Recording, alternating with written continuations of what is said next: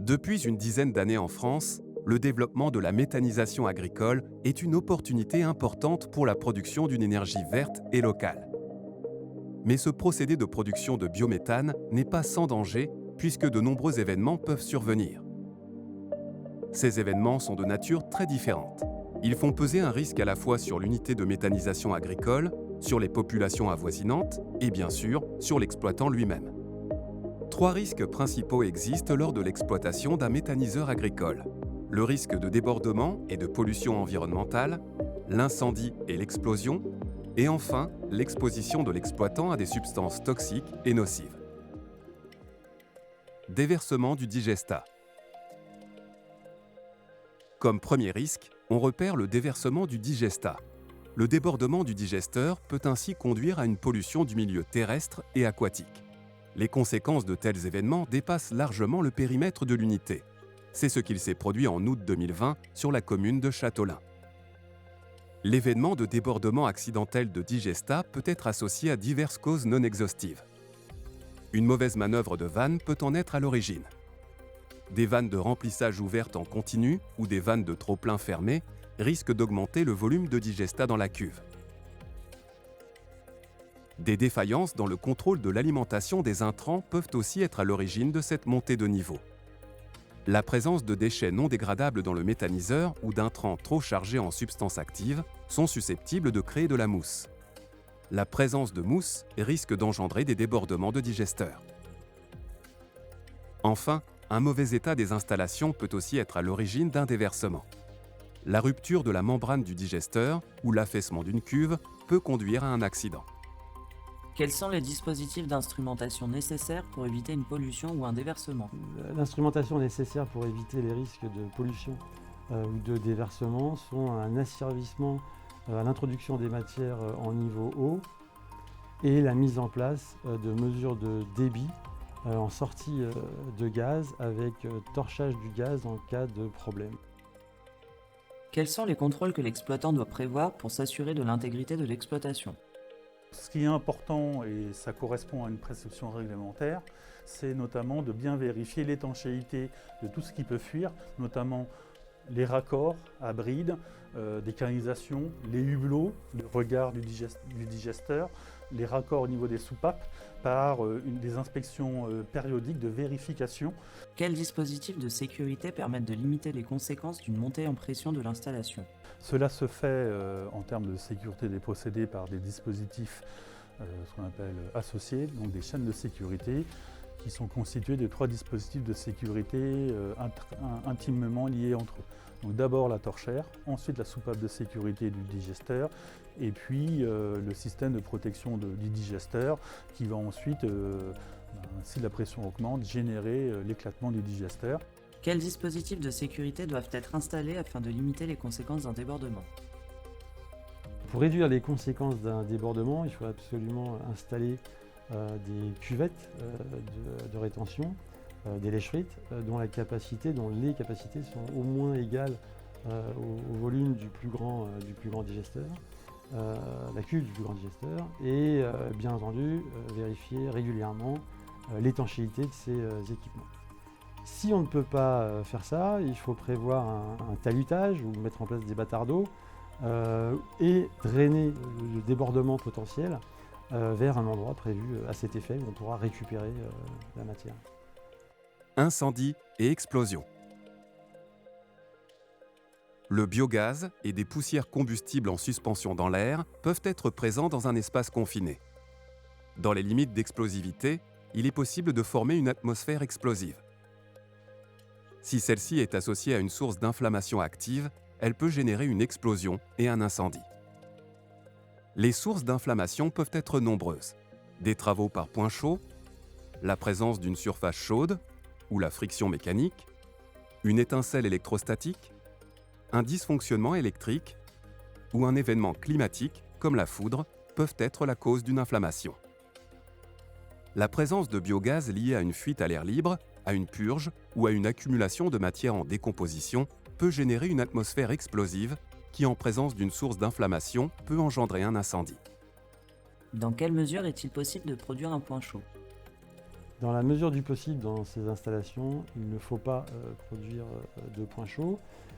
Dans certaines opérations, si c'est obligatoire, il faut prévoir une analyse de risque avec l'exploitant qui pourra délivrer un permis de feu et ainsi autoriser les travaux.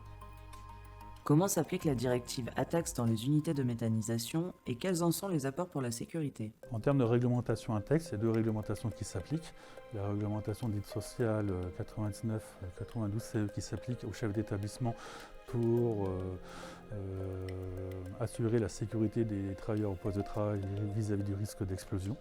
Et également la directive dite matérielle qui s'applique aux fabricants, la directive 2014-34 UE par rapport au matériel électrique et non électrique situé en zone ATEX. Quels sont les dispositifs de protection à prévoir? Les dispositifs de protection à prévoir sont d'une part des détecteurs incendie, d'autre part des détections de présence de gaz, détecteurs de présence de gaz.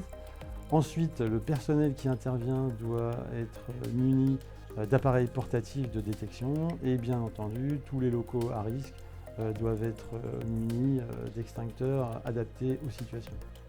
Quelles mesures organisationnelles peuvent être mises en place pour limiter les risques d'incendie et d'explosion? C'est la formation des opérateurs vis-à-vis du risque ATEX. Ça, c'est de plus en plus pris en compte. D'ailleurs, c'est une exigence réglementaire. Un autre exemple dans les locaux de cogénération ou des locaux d'épuration de biogaz, c'est de limiter stricto sensus la quantité de stockage d'huile thermique à la stricte quantité nécessaire à l'exploitation du cogénérateur. Et puis, troisième point, c'est des vérifications de la conformité électrique de l'installation. Quelles mesures peut-on envisager pour ralentir la progression du feu lors d'un incendie? Donc, il s'agit aussi d'autres séries de mesures organisationnelles. On peut commencer déjà par l'adaptation des matériaux de construction résistants au feu et à la propagation du feu. C'est également des exigences réglementaires, notamment dans des locaux techniques. Eh bien, on ne va pas mettre des matériaux comme on veut, en fait. Il faudra faire attention à ne pas utiliser des matériaux facilement propagateurs de feu. Deuxième point, c'est des interventions de travaux par point chaud et des permis de feu, donc notamment par des interventions de disqueuses, de soudure. Eh bien, ça peut être générateur de sources d'inflammation et générer des feux de matériaux à proximité. Donc là aussi, c'est des mesures importantes à prendre en considération. Puis un troisième aspect, si ce n'est pas possible, eh bien, on va jouer sur des distances de sécurité pour éviter qu'en cas d'incendie, les effets thermiques impactent par la chaleur, la dégradation des matériaux d'un local attenant ou voisin.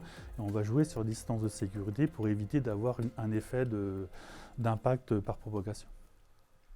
Exposition de l'exploitant à des substances nocives et toxiques.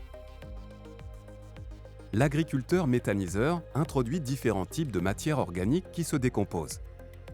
Cette décomposition conduit à la formation de composés chimiques divers qui présentent un risque important pour la santé.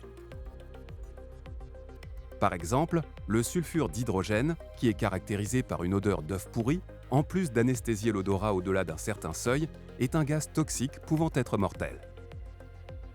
La production de biogaz, son traitement et son comptage sont autant d'étapes au cours desquelles certains composés risquent de se mélanger à l'air. Le défaut d'étanchéité d'un équipement avec émission diffuse de biogaz, une mauvaise manœuvre de vanne ou une rupture de tuyau peuvent conduire à l'accumulation de biogaz et affaiblir la teneur en oxygène d'un milieu fermé, pouvant entraîner des risques d'anoxie. Quelles mesures permettent de réduire le risque d'exposition aux substances dangereuses? Pour réduire les risques d'exposition aux substances dangereuses, il faut déjà veiller à la compatibilité de tous les produits et notamment lors du déchargement des intrants en espace fermé. Ensuite, concernant la ventilation des locaux techniques, il faut veiller à ce qu'une ventilation soit prévue dans tous ces locaux. Et puis en intervention, lorsqu'une intervention humaine est nécessaire, il faut adapter l'intervention avec une ventilation forcée. Quelles mesures permettent de sécuriser l'intervention dans les locaux techniques? En cas de contact avec des substances dangereuses, il faut toujours avoir idéalement un appareil des voies respiratoires, de protection des voies respiratoires sur soi, autrement l'avoir à côté. Et bien entendu, lors des interventions, toujours intervenir à deux. Comment peut-on identifier des substances dangereuses dans les locaux techniques? Donc on va retrouver en fait le port de détecteurs multigaz pour identifier une fuite de gaz et de telle sorte que l'opérateur soit présent dans une zone de sécurité et qui permet d'évacuer cette zone. Ça c'est un point important. Et puis deuxième priorité, il faut s'assurer de l'entretien et de la maintenance de ces détecteurs qui sont soumis à étalonnage selon les règles constructeurs. Pour éviter la survenue des risques majeurs, les installations de méthanisation agricole nécessitent un contrôle renforcé des installations, une vérification de la nature des intrants incorporés et une attention particulière à la manœuvre des équipements et aux diverses opérations de maintenance. La vigilance partagée en vue d'une exploitation sécurisée est l'affaire de tous pour ce secteur d'avenir.